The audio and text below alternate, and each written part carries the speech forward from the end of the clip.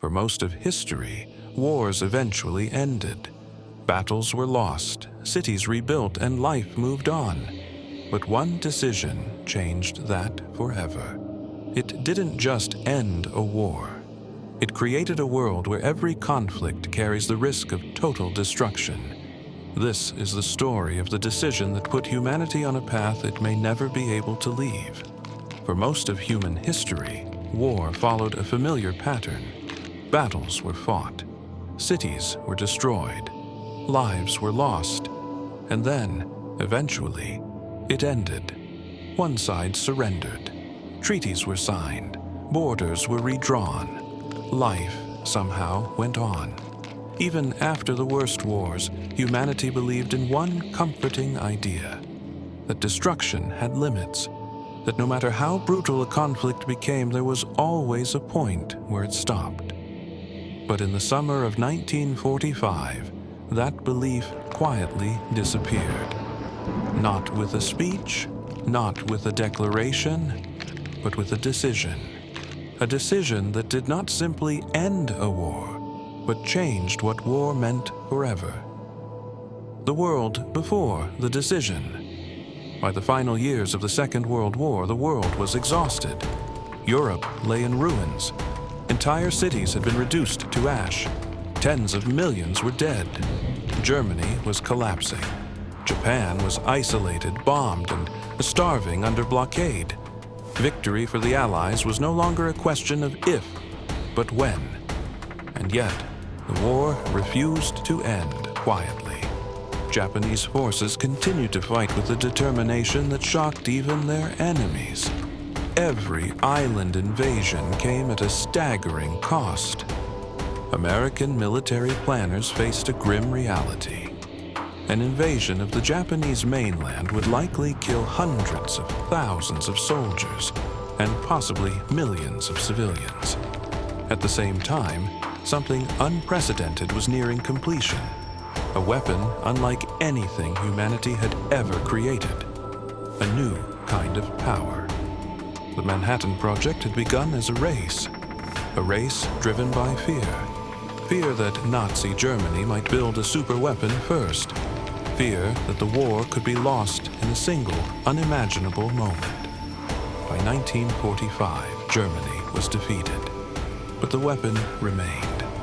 What scientists had created was not simply a bigger bomb. It was a force capable of destroying an entire city in seconds. One aircraft, one device, one decision. For the first time in history, a single action could erase tens of thousands of lives instantly. And now, that power sat in the hands of political leaders, waiting. The decision itself, the decision was not simple. It never was. Alternatives existed. A demonstration of the weapon on an uninhabited area, a modification of surrender terms, a continuation of conventional bombing, an invasion, costly, slow, devastating. Each option carried death, but one option promised finality. Using the atomic bomb would likely force Japan's surrender quickly. It could end the war in days instead of months, and in doing so, it might save lives. At least, that was the belief. So the decision was made, not unanimously, not without doubt, but decisively. On August 6, 1945, Hiroshima was destroyed. 3 days later, Nagasaki followed. Within days, Japan surrendered. The war was over, but something else had begun, the illusion of an ending. At first, the atomic bomb appeared to be the ultimate solution. A terrible one, yes, but effective. It had ended the deadliest war in human history.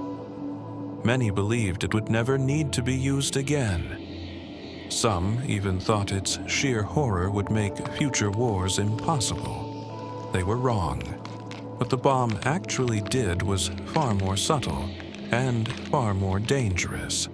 It changed how humans thought about power, from weapons to deterrence. Before 1945, weapons were tools of battle. They were meant to be used. After 1945, the most powerful weapons were never meant to be used at all.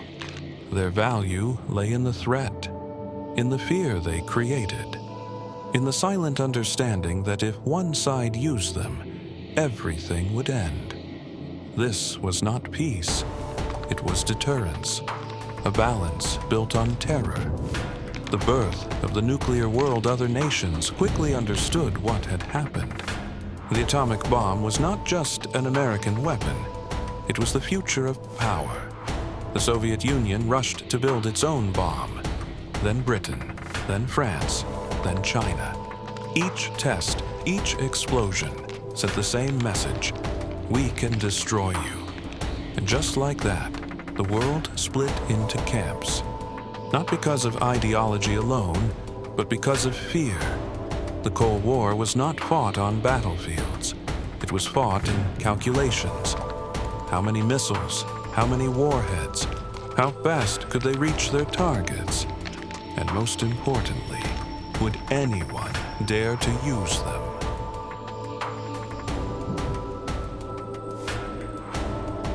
Living under the shadow. For decades, humanity lived under a permanent countdown. Children practiced nuclear drills in schools. Cities built bunkers. Governments planned for the unthinkable. Every crisis carried a silent question. Is this the one? Cuba, Berlin, Korea, Vietnam. Moments where miscommunication, pride, or panic could have ended everything. Often, survival came down to individuals. A submarine commander who hesitated, an officer who disobeyed orders, a radar operator who trusted his instincts. The world survived not because the system was safe, but because people were lucky. Why we can't leave this path? One might assume that the end of the Cold War would have changed everything. It didn't. The weapons remained. The doctrines remained. The fear remained. Today, thousands of nuclear warheads still exist. They are more accurate, more powerful, faster, and the logic that created them has never been abandoned, because no nation can unlearn this knowledge. Once humanity discovered how to destroy itself, there was no forgetting it, no undoing it. The path forward became permanent. Modern conflicts, ancient fear. Even today, when wars break out, nuclear weapons linger in the background, rarely mentioned, never ignored.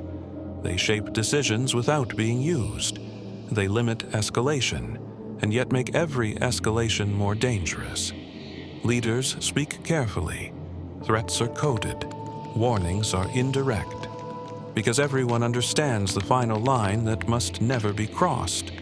And yet, the line exists only because of that first decision. The human cost beyond the numbers. When people talk about nuclear weapons, they often speak in statistics, megatons, blast radius, casualty estimates. But the true cost is psychological. Humanity lives knowing that total destruction is always possible. Not likely, not inevitable, but possible. And that knowledge changes how societies think about risk, power, and survival. It changes politics. It changes diplomacy. It changes war itself. Was there another way? This is the question history never fully answers. Could the war have ended without the bomb? Would an invasion have cost more lives? Would a demonstration have worked? We will never know. What we do know is this: the decision solved one problem by creating another that has no clear solution. The lesson humanity still struggles with the atomic bomb was not humanity's greatest mistake. It was humanity's greatest responsibility, a responsibility we have struggled to carry ever since. The decision forced the world to grow up overnight, to accept that intelligence without wisdom is dangerous, that power without restraint is catastrophic, and that some paths, once taken, cannot be abandoned. Closing the war ended in 1945. But the decision made that year did not end with it. It lives on in treaties, in military doctrines, in quiet rooms where leaders weighed choices that could affect everyone.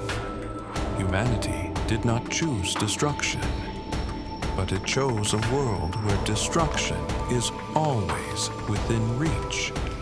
And that is the path we still walk today.